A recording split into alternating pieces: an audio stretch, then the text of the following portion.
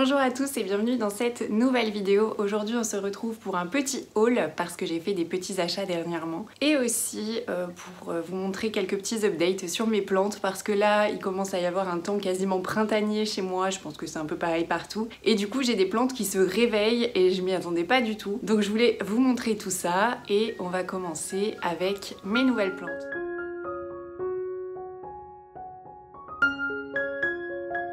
Alors dans un premier temps, la semaine dernière, est-ce que c'était la semaine dernière ? Ou c'était cette... Oui, c'était la semaine dernière. Je suis allée au Jardiland de Terreville, donc qui est le Jardiland que je préfère dans les coins de chez moi. Et j'avais pas prévu d'acheter de plantes. En même temps, en ce moment, je prévois jamais d'acheter de plantes parce que j'ai plus vraiment de wishlist.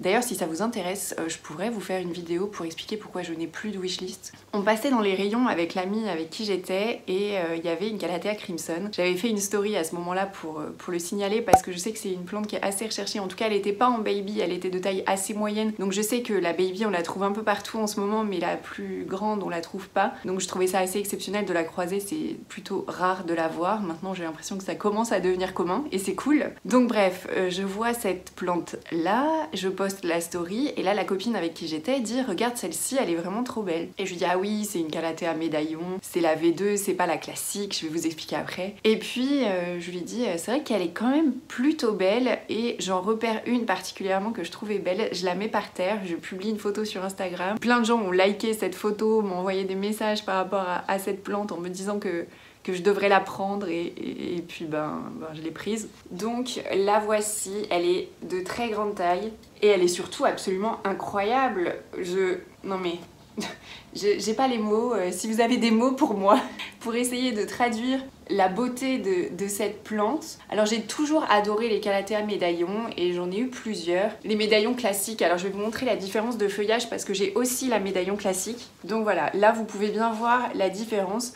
En fait sur la médaillon classique, il y a moins de couleur claire, elle est plus foncée, alors que la médaillon V2 est du coup plus claire. Alors quand on connaît pas bien, c'est facile de les confondre, mais quand on connaît un petit peu les Calathea, on reconnaît tout de suite. Et donc celle-ci, je l'avais jamais eue parce que je trouvais justement qu'elle était trop similaire à la médaillon et que j'avais jamais eu de coup de cœur particulier pour cette plante. Mais là, la taille des feuilles, la taille de la plante tout court, la beauté du feuillage faisait que j'ai pas pu en fait passer à côté. Je me suis tout de suite dit, je sais pas du tout où je vais la mettre parce que c'est le problème à chaque fois que j'achète une nouvelle plante maintenant. J'en avais parlé la dernière fois, mais je pouvais pas repartir sans. Et d'ailleurs, à chaque fois que j'achète une plante en ce moment, c'est ça, c'est je sais pas où je vais la mettre, je peux pas la laisser là. Vous commencez à avoir l'habitude de mon discours, du coup je suis désolée si je me répète. Et en plus elle a des pousses qui sont en cours, elle avait une nouvelle feuille qui était en train de sortir quand je l'ai achetée et là je vois qu'il y en a une deuxième et c'est impressionnant par rapport à mes autres Calathea à quel point elle se relève le soir. Là elle est vraiment toute déployée mais le soir c'est fou comme elle remonte mais complètement. Mes autres Calathea ont forcément elles aussi parce que c'est un truc propre aux marantacées ce truc de se relever le soir mais pas autant, pas au point d'être vraiment complètement debout quoi. Donc voilà, je suis vraiment ravie de cet achat et j'espère que ça va bien se passer. Je l'ai mise finalement face à mon McDowell, j'essaierai de vous faire un petit plan pour vous montrer ça. Je sais pas si ce sera sa place définitive mais en même temps pour le moment j'ai pas vraiment d'autres options pour elle et donc voilà pour celle-ci. Ensuite, si vous avez vu ma dernière vidéo, vous savez que je suis allée ce week-end à Grenoble et qu'avec ma cousine qui aime beaucoup les plantes aussi, on a fait le tour de quasiment toutes les jardineries du coin. Là encore, j'avais pas du tout prévu d'acheter de plantes parce qu'en plus j'étais venue en étant conductrice en Blablacar et je savais que le retour je le faisais aussi et que j'étais au complet donc que ça risquerait d'être compliqué de ramener une plante parce que les valises dans le coffre plus les personnes à l'arrière, voilà, je me voyais mal dire à un de mes passagers de prendre la plante sur ses genoux, mais vous avez vu, si vous avez vu le tour de jardinerie, il y avait des philodendrons Florida Ghost. Alors c'est pas une plante qui m'attirait spécialement de base parce que souvent on les voit assez vertes avec seulement une feuille qui est blanche puisque c'est une plante dont les nouvelles feuilles sont blanches et qui avec le temps deviennent vertes. Donc il y a vraiment que les nouvelles feuilles normalement qui sont censées être très claires. Et là donc c'était au Botanique de Montbonneau, ils en avaient 5, on y allait le samedi, en fait le samedi après-midi, et il y en avait 5, je vais vous montrer, je vais arrêter de faire durer le suspense. Voilà, il y en avait 5 et tous extrêmement blancs, il y a seulement les toutes petites feuilles ici qui sont vertes et celle-ci qui commence à verdir. Mais sinon, elle est toute blanche quoi. Et les 4 autres aussi. Alors je sais plus pourquoi j'ai choisi celle-ci en particulier, je crois parce qu'elle avait une feuille qui était en train de sortir. Et d'ailleurs elle est quasiment sortie alors qu'avant elle était encore dans sa cataphylle. Elle n'est pas complètement déroulée encore pour le moment. Et même si j'avais jamais été particulièrement attirée par cette plante, j'ai eu un gros coup de cœur en la voyant du fait qu'elle soit aussi blanche quoi. Et donc du coup pour en revenir au Blablacar, il y a un passager qui a cassé une feuille. Bon il a pas fait exprès, je pense qu'à aucun moment il s'est dit tiens je l'aime pas cette fille, je vais lui casser la feuille de sa plante. Mais il a cassé une feuille, une grosse feuille comme ça, à peu près de cette taille. Donc j'étais un peu agacée, donc je lui ai dit de faire attention et après il n'y a pas eu d'autres feuilles qui étaient cassées. Et ils l'ont trouvée très belle et très étonnante. Pour des gens qui n'y connaissent rien du tout en plantes, ça surprend quand même. Et sinon, pour l'anecdote, donc je vous disais qu'il y en avait 5 dans la jardinerie quand je l'ai acheté et le lendemain, ma cousine voulait y retourner pour acheter une monstera parce qu'on avait réaménagé un peu son appartement. Oui, ça je voulais pas expliquer quand j'ai fait le plan de tour chez elle, mais je lui ai donné une idée pour réaménager un petit peu et avoir plus d'espace pour ses plantes qui soient proches de la fenêtre. Et donc suite à ça, elle s'est rendue compte qu'elle avait de la place pour en mettre plus et donc on est retourné chez Botanique le lendemain matin parce que dans les coins de Grenoble, ils ont une chance que je n'ai pas à Metz, c'est que les jardineries sont ouvertes le dimanche. Et donc on est allé chercher la monstera et là je me rends compte qu'il y en a plus que 2. Et je me suis dit tiens c'est fou quand même parce que hier on était en fin d'après-midi je pense quand on l'a acheté et le lendemain matin il devait être 11h, il y en avait plus que 2 sur 5, donc il y en a une c'est moi qui l'ai prise mais ça veut dire qu'il y en a 2 autres qui ont été vendues entre temps en l'espace de quelques heures, ce qui est quand même relativement surprenant parce que bon c'est quand même une plante qui coûte cher, donc je l'ai payé 90 €, ce qui me paraissait alors certes un peu plus cher que ce qu'on peut trouver sur internet mais pas non plus déconnant. Après il faut savoir quand même que Botanique est globalement plus cher que Truffaut, enfin surtout que Jardiland parce que Truffaut est un peu plus cher je crois que Jardiland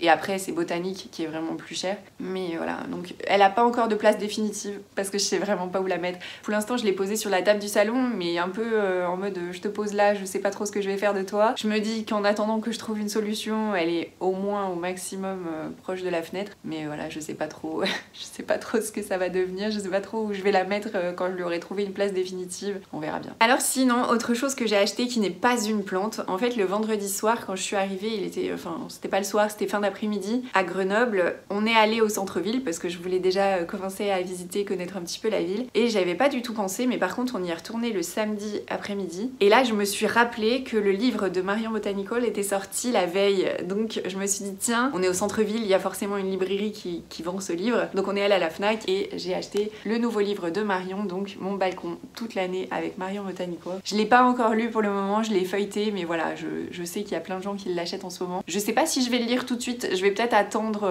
le début du printemps quand j'aurai vraiment envie de mettre des choses sur mon balcon etc parce que là j'avoue que mon balcon c'est un peu en mode repos, il y a rien qui se passe donc je pense que ça va pas me donner tout de suite envie de me plonger sérieusement dedans, mais je suis sûre que ça va bien me servir parce que bon, j'ai un petit balcon aussi, c'est un petit espace et j'aime beaucoup avoir des fleurs quand c'est le printemps et l'été, donc voilà pour ça. Après l'avoir laissé une journée ou deux tranquille chez moi, j'ai décidé de rempoter mon Florida Ghost parce que je trouvais que le pot était très gros par rapport à la taille de la plante et je m'attendais à ce que les racines n'occupent pas non plus tout l'espace et effectivement c'était loin d'être le cas. Je pense qu'elles ont été rempotées récemment dans des pots qui à mes yeux sont bien trop gros. En plus le terreau était détrempé et je pense que chez moi ça aurait mis des plombes à sécher. Donc j'ai décidé de le rempoter dans un pot de 15 cm, je pense qu'il était bien dans 17 si ce n'est plus gros. Donc j'ai mis mon mélange habituel de terreau pour plantes d'intérieur avec pas mal d'écorces de pin qui sont issues d'un mélange de terreau pour orchidées et j'ai rajouté de la perlite. D'ailleurs il faut que je rachète de la perlite parce que là ce qui me reste c'est quasiment poussière et c'est pas top, ça peut asphyxier les racines mais bon j'avais que ça et j'avais pas envie de faire sans. Donc j'ai mélangé tout ça et ensuite j'ai réhumidifié parce que bon, comme le terreau était complètement détrempé quand j'ai enlevé la plante de son pot, je me suis dit que ce serait pas forcément idéal de la mettre directement dans quelque chose de très sec parce que moi j'aime pas réarroser des plantes qui étaient détrempées une fois que je les rempote, je préfère attendre quelques jours. Donc j'ai quand même un petit peu humidifié pour que ce soit pas un changement trop radical pour la plante. Et ensuite, je l'ai mise dans son nouveau pot que j'ai choisi transparent parce que quand j'en ai des transparentes disponibles, je préfère parce que ça permet de voir l'évolution de la croissance des racines. Une très bonne nouvelle, c'est que j'ai récupéré un humidificateur. Alors je vous avais dit il y a quelques temps qu'il avait été en panne et que du jour au lendemain il y avait un problème, je pense, électronique parce qu'il s'était mis à ne plus fonctionner, à juste biper sans arrêt.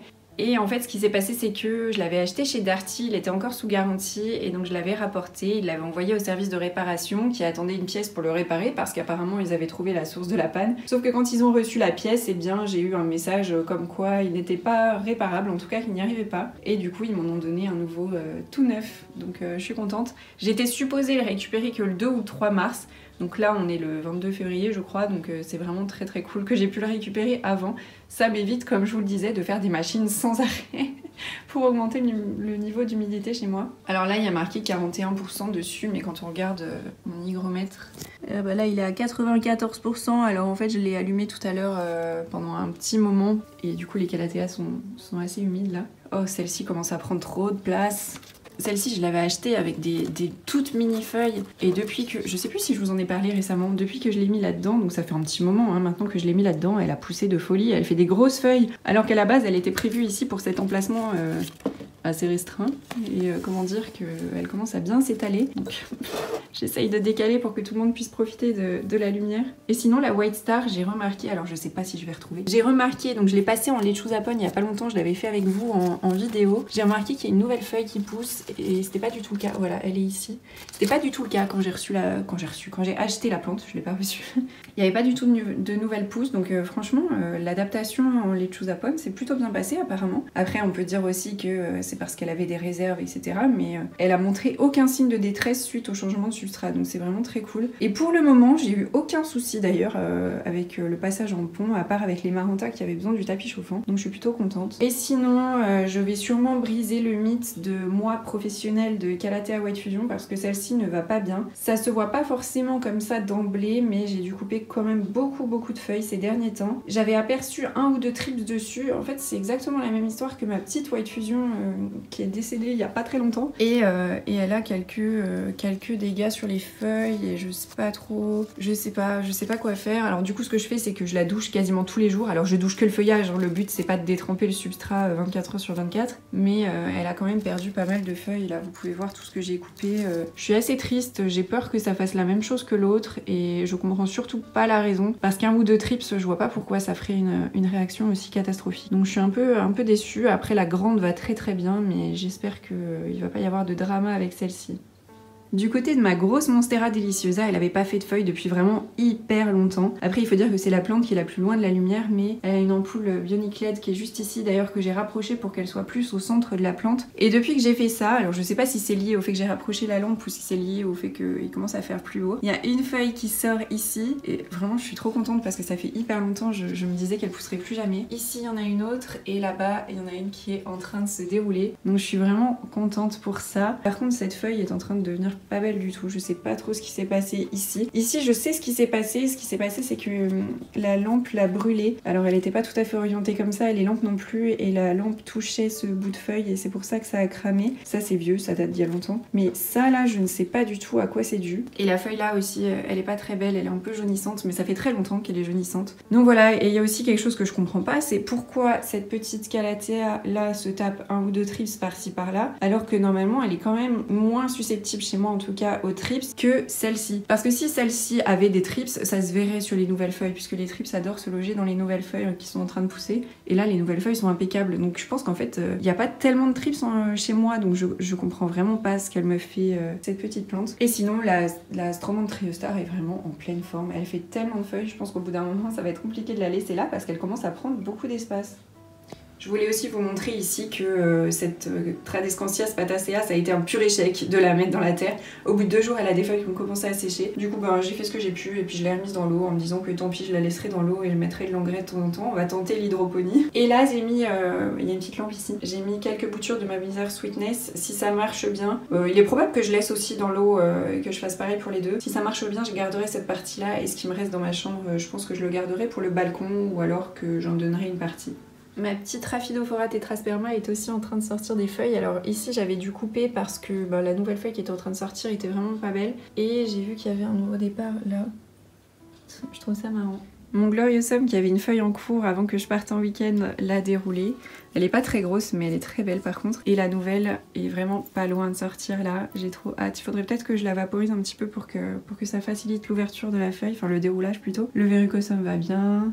Alors sinon, petit point Alocasia, cette Black Velvet qui est en Lechuzapon avait essayé de me sortir 2 fleurs. Alors elle a sorti une première fleur que j'ai coupée parce que je veux pas de fleurs. Et puis ben je pensais qu'il y avait une feuille qui sortait et en fait c'était une deuxième fleur. Moi je veux des feuilles, je veux pas des fleurs. Le mélo, lui, il a sorti une nouvelle feuille qui est quand même bien grosse et bien parfaite. Mais par contre, alors il y avait une des anciennes qui était devenue moche donc je l'avais coupée et celle-ci est en train de devenir moche aussi. Bon heureusement il y a celle-ci qui est magnifique pour me consoler mais je crois qu'il n'y en a pas qui ressortent donc bon il va falloir être patient pour la suite. Et la bonne surprise, c'est ma Frydek, enfin Mycolithiana, qui est pas très belle en ce moment. Alors elle a été beaucoup plus grosse et j'essaierai de vous retrouver sur Instagram la photo que j'avais postée quand elle était magnifique. Et là, depuis le début de l'automne, je dirais depuis le mois d'octobre, novembre, elle était comme ça. Il s'est rien passé depuis, sachant qu'elle est dans un pot qui est quand même... très gros hein, par rapport au peu de feuilles. Et là j'ai vu en rentrant du week-end, je suis trop contente, que le tronc principal est en train de ressortir une feuille et que j'ai 2 bulbis qui sont aussi en train de ressortir des feuilles. Donc ça veut dire que ça y est, elle se réveille. Et ça y est, je vais peut-être avoir une Alocasia Frydek plus belle parce que là franchement, je trouve qu'elle fait un petit peu de la peine. Sinon, toutes mes Marantas qui sont ici sont en pleine explosion. Elles vont toutes super bien, je suis ravie. La Noïde, c'est devenu un petit buisson. La Kerkoveana variegata est trop belle. La petite Light Veins, elle commence enfin à sortir des feuilles de taille correcte et pas toutes rikiki. La Silver Band a doublé le nombre de feuilles. La Lemon Lime va plutôt bien aussi. Donc franchement, au niveau des Marantas, ça va beaucoup mieux. Sinon, ma Monstera variegata est toujours aussi incroyable. Vraiment, je suis amoureuse de cette plante, je crois que c'est obsessionnel, elle est dingue. Je pensais pas avoir une aussi belle Monstera variegata un jour. Donc je vous avais montré qu'elle avait sorti cette feuille là, qui est du coup trop belle. Et là, elle en sort déjà une nouvelle, sachant que quand je suis revenue de mon week-end lundi soir, elle sortait à peine d'ici et que là, on est mercredi matin et c'est dingue à quel point ça pousse vite. Après, elle profite d'une exposition sud-ouest. Dans ma chambre, c'est la pièce la plus humide parce que c'est ici que j'étends mon linge, donc il y a toujours au minimum 60 à 70% d'humidité. Donc je pense qu'elle est plutôt bien là. Et je suis absolument ravie. Et je regrette pas du tout mon achat, elle est dingue, elle est juste dingue. Et mon Noya Acroniana avait fait pas mal de fleurs les derniers temps. Là, je vous avais montré, alors les fleurs ont fané, mais par contre j'ai remarqué que là, il y en a des nouvelles. Donc il n'a pas terminé de fleurir apparemment. Puis bon, comme ça va être le début du printemps, à mon avis, il risque d'y en avoir après d'autres. Et là aussi. Et regardez la petite Oshkiliana comme elle est devenue trop mignonne. J'aime beaucoup trop cette Oya. Mon Lupinum, sinon, n'a pas trop aimé son rempotage en terre cuite. Quand je suis revenue du week-end, il était complètement à plat, il ressemblait à rien. Et là, il y a des feuilles qui jaunissent. Je pense que on va pas vivre longtemps ensemble, nous deux. C'est complexe, quoi. Et je sais pas si certains d'entre vous se souviennent, je crois que dans une vidéo du mois d'octobre, j'avais montré que j'avais récupéré une petite bouture de Coleus chez ma mère, qui était vraiment toute petite. Et regardez comme elle est devenue grande. Alors bon, il faudra que je fasse quelque chose parce que le pot est rikiki et qu'en 2 jours, littéralement, elle sèche. Là, je crois qu'elle est en train de fleurir. En tout cas, ça y ressemble. Et je l'aime trop, j'y tiens trop du coup quand je vois d'où elle est partie de si petite. C'est impressionnant à quel point ça a vite poussé. Et sinon, quand j'étais allée chez Eline, elle avait cassé un petit bout de son Euphorbia lactea White Ghost et elle me l'avait donné. Et je savais pas trop comment faire pour le faire raciner, donc je l'avais mis dans un terreau à cacté mélangé avec de la perlite. Et du coup, je l'arrosais quand même assez souvent, mais par le bas, pour que ce soit un petit peu humide, quoi, et que ça fasse des racines. Et là, je vois que ça résiste, donc je pense qu'il y a des racines, ça y est. Bon, par contre, je sais pas trop quel rythme d'arrosage tenir maintenant. Je continue à l'arroser quand il est sec et apparemment, il ne s'en porte pas mal. Mais je suis trop contente. J'espère que ça va pousser un jour. J'ai vu d'ailleurs dans ma classe que le cactus de Noël, je suis allée arroser les plantes de ma classe aujourd'hui. Le cactus de Noël est en train de pousser, donc je trouve ça trop bien. Voilà, j'espère qu'elle va grandir un petit peu. Bon là, elle est vraiment... Voilà, mais bon, si elle est accrochée et qu'il commence à y avoir des racines, c'est plutôt bon signe. Et voilà, c'est tout pour cette nouvelle vidéo. J'espère que ça vous aura plu et je vous dis à bientôt pour la prochaine. Salut!